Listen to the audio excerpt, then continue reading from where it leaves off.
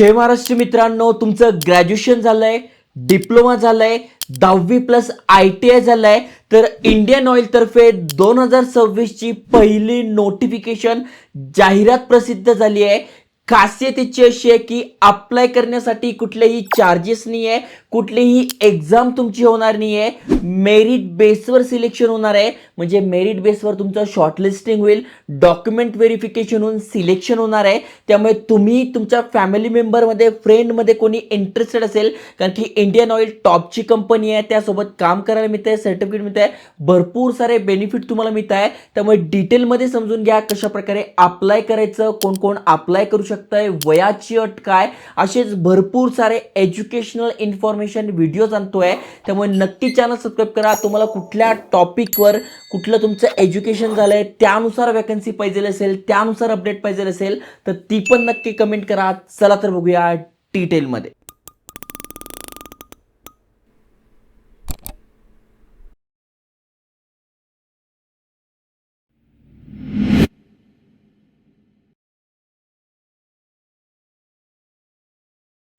मित्रांनो, तुम्हाला स्क्रीनवर इंडियन ऑइलची ऑफिशियल वेबसाईट दिसून जाईल, ज्या लेटेस्ट नोटिफिकेशन आहे, ॲडव्हर्टिजमेंट आहे, त्या तुम्हाला इथे बघायला मिळणार आहे. आणि ही यांची PDF असणार आहे. जसं की तुम्ही बघू शकताय, Indian oil corporation limited Mumbai Maharashtra यांच्यातर्फे अपडेट आलं आहे. तुम्हाला सुरुवातीला सांगितलं महाराष्ट्रामध्ये सुद्धा जागा आहे. जसं की तुम्ही इथे बघू शकताय, महाराष्ट्रामध्ये भरपूर साऱ्या जागा असणार आहेत वेगवेगळ्या ट्रेडसाठी. ओके, आता कधी ॲडव्हर्टिजमेंट आली आहे तर 15/1/2026 रोजी ही ॲडव्हर्टिजमेंट आली आहे. अप्लाय करणं सुरू झालेलं आहे आणि त्याबद्दलच समजून घ्यायचं आहे. अप्लाय कसं करायचं तर भारत सरकारची याच्या वेबसाईट आहे, यावरून आपण अप्लाय करणार आहोत. ओके, त्याआधी समजून घ्या कुठल्या कुठल्या पोस्ट आहे. तर सगळ्यात पहिले आहे टेक्निशियन, त्याच्यानंतर ग्रॅज्युएट आणि ट्रेड या प्रकारच्या या अप्रेंटिसशिप असणार आहे.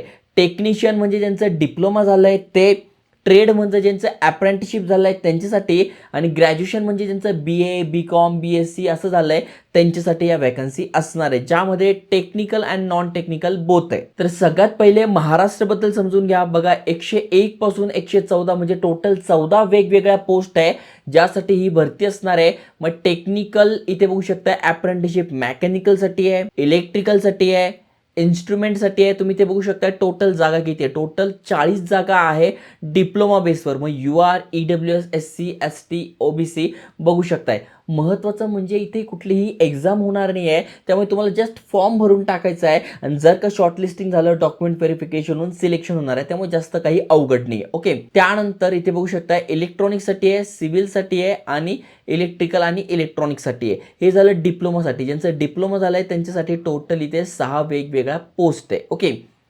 त्यानंतर ज्यांचं झालेलं आहे ITI, मग बघा ट्रेड अप्रेंटिसशिप फिटरसाठी आहे, इलेक्ट्रिशियनसाठी आहे, इलेक्ट्रॉनिक्स अँड मेकॅनिक्ससाठी आहे, इन्स्ट्रुमेंटसाठी आहे आणि मशिनिस्टसाठी आहे. आणि ज्यांचं ग्रॅज्युएशन झालं आहे म्हणजे सायन्स, कॉमर्स, आर्ट्स असं झालं आहे त्यांच्यासाठी आहे. आणि त्याच्यानंतर ज्यांचं डेटा एंट्री म्हणजे ज्यांचं टायपिंग झालेलं आहे त्यांच्यासाठी पण आहे.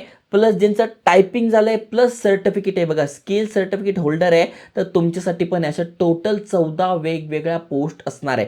टायपिंगसाठी बघू शकता तुम्ही इथे 9 आहे, म्हणजे ज्यांच्याकडे सर्टिफिकेट आहे, स्किल आहे ते. आणि ते बघू शकता ग्रॅज्युएट अप्रेंटिसशिपसाठी ते 20 आहे. ओके, जी की एक चांगली गोष्ट आहे. त्यानंतर तुम्ही किंवा तुमच्या फॅमिलीमध्ये कोणी गुजरातमध्ये राहत आहे, MP मध्ये राहत आहे, गोव्यामध्ये राहत आहे, तर गोव्यासाठी सुद्धा तुम्ही इथे अप्लाय करू शकताय. इथे पण चांगल्या जागा आहे. बाकी तुम्ही इथे बघू शकताय ते प्रत्येक स्टेटनुसार दिलंय. आता सगळ्यात महत्त्वाचं म्हणजे कुठल्या पोस्टसाठी कोणी अप्लाय केलं पाहिजे आणि त्यासाठी शिक्षण का पाहिजे. तर व्हिडिओच्या सुरुवातीलाच मी तुम्हाला सांगितलं टेक्निशियन अप्रेंटिसशिप, ज्यामध्ये 3 वर्षाचा तुमचा रेग्युलर डिप्लोमा झालेला आहे. मग पोस्टनुसार समजा तुम्ही कशासाठी अप्लाय करताय, मग तुम्ही अप्लाय करताय मॅकॅनिकसाठी, तर मग मॅकॅनिकचा डिप्लोमा झालेला पाहिजे. ओके, समजा तुम्ही करताय इलेक्ट्रिकलसाठी, मग इलेक्ट्रिकलचा डिप्लोमा झाला पाहिजे. मग सिव्हिलचं करताय तर सिव्हिलचं झालेलं पाहिजे. ट्रेड कशासाठी करताय, इलेक्ट्रिशियनसाठी, मग ITI तुमचा इलेक्ट्रिशियनमध्ये झालेला पाहिजे.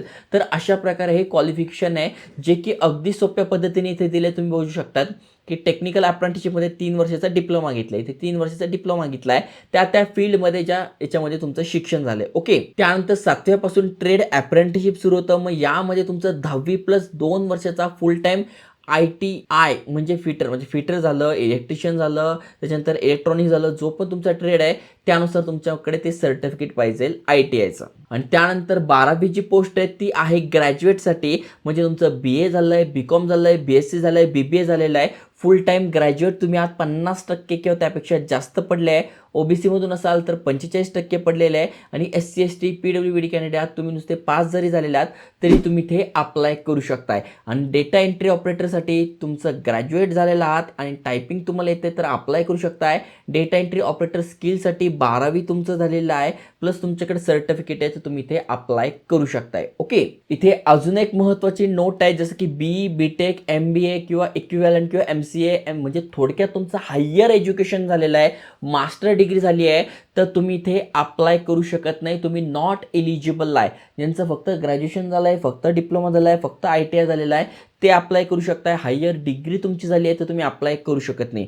वयाची अट काय तर 18 ते 24 तुमचं वय पाहिजे, म्हणजे 31/12/2025 रोजी तुमचं एज कॅल्क्युलेट केलं जाणार आहे.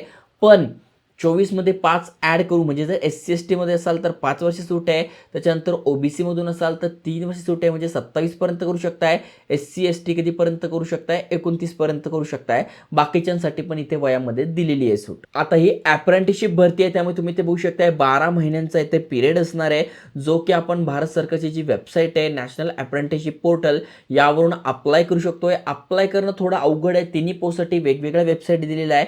जसं की तुम्ही खाली स्क्रोल केल्यानंतर तुम्हाला इथे दिसून जाईल. इथे बघा स्पष्ट लिहिले there will be no written test and interview.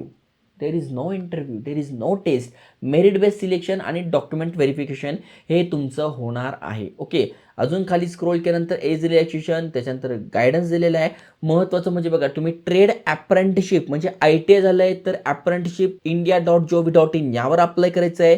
Diploma झालेला आहे तर NATS पोर्टलवर अप्लाय करायचं आहे आणि ग्रॅज्युएट आहात तर NATS वरच तुम्हाला अप्लाय करायचं आहे.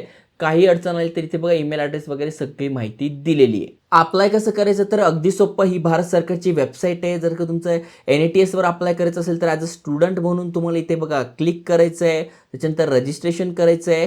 त्यानंतर तुम्हाला कुठले कुठले डॉक्युमेंट लागणार आहे रजिस्ट्रेशनसाठी, जसं की Aadhaar card, email address, mobile number, passport size photo, त्याच्यानंतर बँक डिटेल्स, त्याच्यानंतर जे शिक्षण झालं आहे ते, त्याच्यानंतर बँक पासबुक, हे सगळे डॉक्युमेंट लागणार. हे आहे का तर यस करायचं आहे तुम्हाला. आणि त्यानंतर तुमचा mobile number, email address, captcha टाकून तुम्हाला सेंड OTP करायचा आहे. Mobile number, email address verify करून घ्यायचा आहे. त्यानंतर तुमचे पूर्ण डिटेल्स टाकून तुम्हाला फॉर्म भरायचा आहे. हे तुम्ही NATS पोर्टलवर अप्लाय करू शकता, म्हणजे national apprenticeship training scheme portal जे आहे मिनिस्ट्री ऑफ एज्युकेशनचं त्यावर. आणि ज्यांचं ITI झालं आहे ते याच्यासाठी अप्लाय करू शकताय. मग तुम्हाला इथे बघा लॉग इन दिसतंय, यावर तुम्हाला क्लिक करायचं आहे. मग इथे कॅन्डिडेट दिसतंय, यावर क्लिक करायचं आहे. मग ऑलरेडी तुमचं अकाउंट असेल तर ईमेल ॲड्रेस कॅप्चा टाकून तुम्हाला सबमिट करायचं आहे. नसेल तर तुम्हाला न्यू रजिस्ट्रेशन इथे करावं लागणार आहे. इथे बघा दिलेलं आहे candidate log in and register. मग तुम्हाला ईमेल ॲड्रेस कॅप्चा टाकून इथे सबमिट करायचं आहे. आणि कोणाच्या अंतर्गत येतं, कौशल्य विकास और उद्यमिता मंत्रालय यांच्या अंतर्गत हे येतं. तर दोन्ही ठिकाणी तुम्हाला अप्लाय कसं करायचं समजून सांगितलेलं आहे. काही अडचण येणार नाही, आली तर नक्की कमेंट करा. अजून अशी अपडेट पाहिजे असेल नक्की सांगा. आणि तुम्ही किंवा तुमच्या फॅमिलीमध्ये कोणी इंटरेस्टेड असेल तर त्यांच्यासोबत शेअर करा. अशाच एज्युकेशनल इन्फॉर्मेशन व्हिडिओसाठी चॅनल सबस्क्राईब करून ठेवा. जय हिंद, जय महाराष्ट्र.